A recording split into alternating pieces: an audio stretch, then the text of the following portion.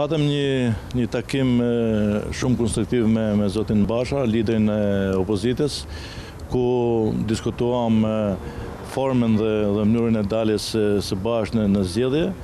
Besojmë që kemi shumë pika të përbashkëta në lidhje edhe me pjesën programore, me formën se si do të operojmë si koalicion opozitar.